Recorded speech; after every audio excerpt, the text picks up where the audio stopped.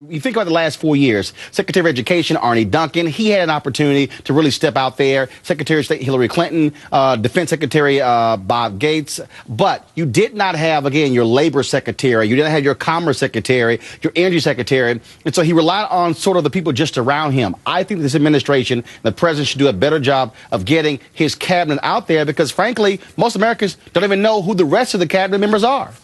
Finer point on it, Roland. Do you think the president is sending a message that he won't fight for his nominees?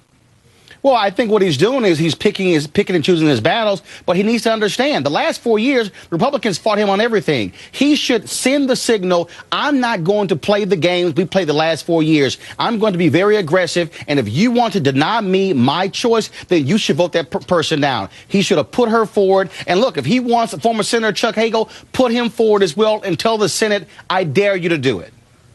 Yeah, Alice, that brings up an interesting point. Tom Friedman, he wrote an op-ed in the New York Times today. He was actually defending Chuck Hagel, and I want to read a part of it. He says, quote, Hagel is out of the mainstream. That is exactly why his voice would be valuable right now. President Obama will still make all the final calls, but let him do so after having heard all of the alternatives. So we've seen Republicans like Senator McCain and Graham lead the charge against Susan Rice.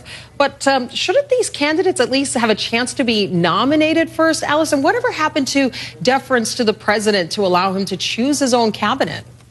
Well, I think the process of nominating these people, it's a very lengthy process. I think it's good that the administration is putting people out there as trial balloons, but it's important to note, I know you pointed out earlier, those numbers with Hillary Clinton with such high approval ratings. I understand your poll was taken before the scathing report came out that showed systematic failures under her watch in her term leading the Benghazi situation, and also Tim Geithner's numbers are so bad because of the terrible fiscal situation we're in. And I think Susan Rice, I think the president stood behind her as long as he possibly could and just couldn't stand behind her anymore.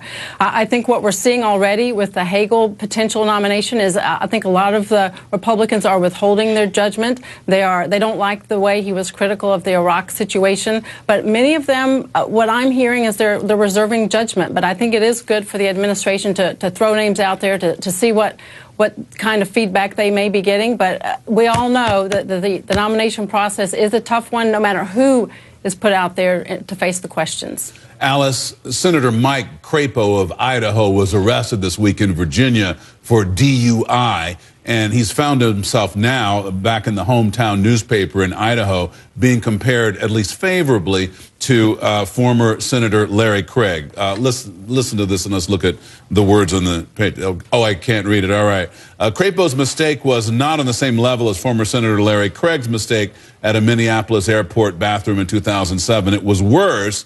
Crapo could have killed himself or somebody else, which is a lot more serious than toe tapping in a restroom stall. But there's a difference in how they handled their mistakes. Craig blamed everybody but himself. Crapo knows the DUI arrest was nobody's fault but his own, and took the responsibility for his actions. So in the scheme of things, Alice, just how bad is it for a United States member of Congress, a senator or a congressman, to get popped for DUI?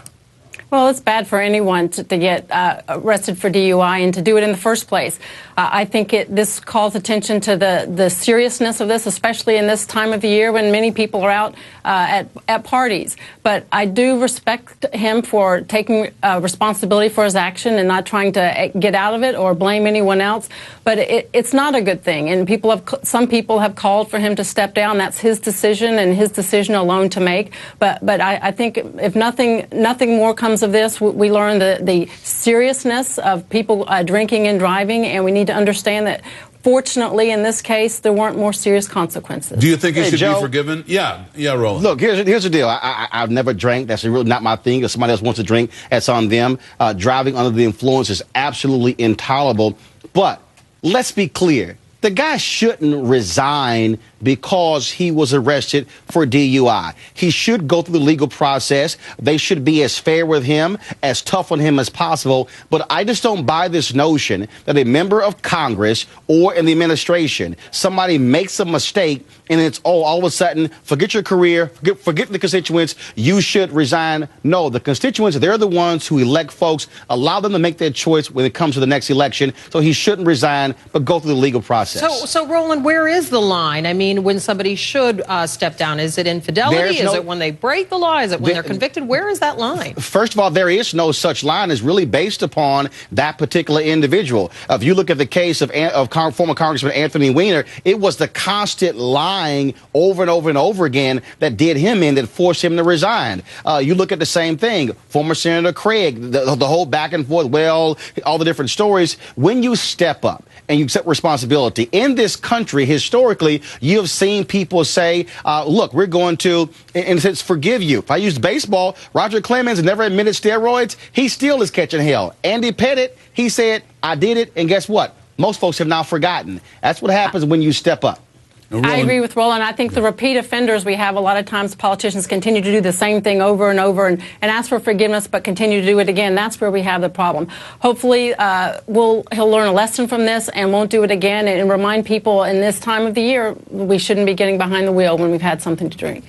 Alice Stewart, Roland Martin, thanks so much. Always good to see you all. Yeah. Thanks a bunch. Thank you. Appreciate it. Isn't it always that they say that it's not the crime, it's the cover-up, it's the lying, the lying, the lying? Isn't that what we always say, Jeff? Washington tradition. That's right.